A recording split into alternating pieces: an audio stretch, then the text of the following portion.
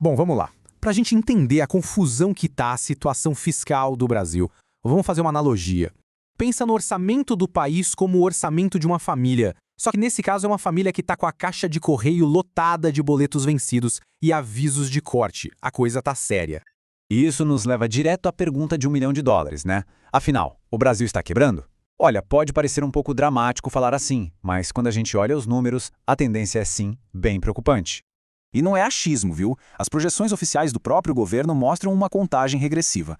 O orçamento hoje já vive no limite, mas o ponto de virada, segundo as estimativas, é ali por volta de 2027. A partir daí, a grana que o governo arrecada simplesmente não vai dar mais para pagar nem as contas obrigatórias. A matemática para de fechar. Ok, mas se a conta não vai fechar, a gente precisa entender o porquê. A pergunta é bem simples. Para onde é que está indo todo o dinheiro que o governo arrecada? E aqui está o pulo do gato. Dá uma olhada nisso. 95%. Eu disse 95% de tudo que o Brasil arrecada já tem destino certo, já está carimbado para pagar despesas obrigatórias. Sobra só uma merreca, uns 5% para todo o resto. Investir em estradas, em tecnologia, em segurança, quase nada.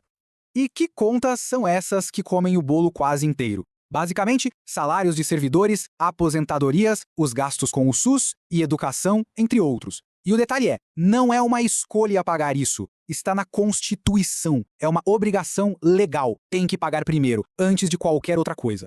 E a consequência disso tudo foi resumida nessa frase, que é perfeita. O governo acaba virando um mero administrador de sobrevivência. A preocupação deixa de ser planejar o futuro, inovar e passa a ser apenas, garantir que as contas do mês seguinte serão pagas. É apagar incêndio todo dia. E o mais curioso é que existe uma regra constitucional, a famosa regra de ouro, criada exatamente para impedir que isso aconteça. É como se a Constituição fosse um pai dizendo para o filho, olha, você não pode pegar dinheiro emprestado no banco para pagar a conta de luz ou o supermercado, hein? Diante disso tudo, uma pergunta parece bem lógica, né? Ué, se está faltando dinheiro para pagar as contas, por que o governo não aumenta os impostos e arrecada mais? A resposta, infelizmente, é que essa solução parece já ter batido no teto há muito tempo. A gente já paga imposto pra caramba. A carga tributária no Brasil gira em torno de 39% de tudo que o país produz. É um número altíssimo. E isso cria o que os economistas chamam de exaustão tributária. Ou seja, a população e as empresas simplesmente não aguentam mais pagar tanto imposto.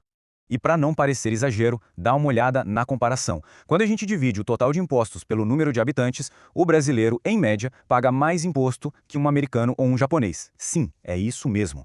E aí que a gente cai no grande e frustrante paradoxo brasileiro. Em países como a Alemanha ou a Dinamarca, os impostos também são altos, mas a população recebe de volta serviços públicos de altíssima qualidade. No Brasil, a gente paga a conta de país rico, mas o serviço que chega na ponta é de uma qualidade muito, muito inferior. A melhor analogia que eu já ouvi para essa situação é a seguinte. É como pagar R$ 500 por um sanduíche, um preço super premium, e na hora de receber ele chega frio, amassado e faltando metade dos ingredientes. A sensação de estar sendo enganado é enorme. Então, voltando para nossa metáfora da família, com o orçamento estourado e sem poder pedir mais aumento para o chefe, que seriam os impostos, chega a hora daquela reunião de família séria. Uma escolha muito difícil precisa ser feita sobre o futuro. E basicamente existem dois caminhos na mesa, sem muita mágica. O caminho A é o da reforma estrutural. É o remédio amargo, cortar gastos, repensar o tamanho do Estado, ser mais eficiente. Já o caminho B é continuar como está, empurrando com a barriga, o que leva a mais dívida, estagnação e, no fim, ao colapso. Essa frase finaliza bem o raciocínio, né? A hora de agir é agora, porque o preço de não fazer nada é um futuro que simplesmente não teremos como pagar. E diante desse cenário, fica a reflexão. Depender unicamente do futuro do Brasil pode ser um plano arriscado. Talvez seja um momento de pensar de forma mais global, de buscar alternativas para não colocar todos os ovos na mesma cesta. É por isso que um planejamento financeiro global, bem estruturado, se torna tão essencial. Quem quiser entender melhor como proteger e diversificar seu patrimônio, pensando além das fronteiras, vale a pena agendar uma conversa com o Rodrigo Andrade e sua equipe, que atuam tanto no Brasil quanto nos Estados Unidos. Eles podem mostrar caminhos práticos e eficientes para navegar nesse cenário.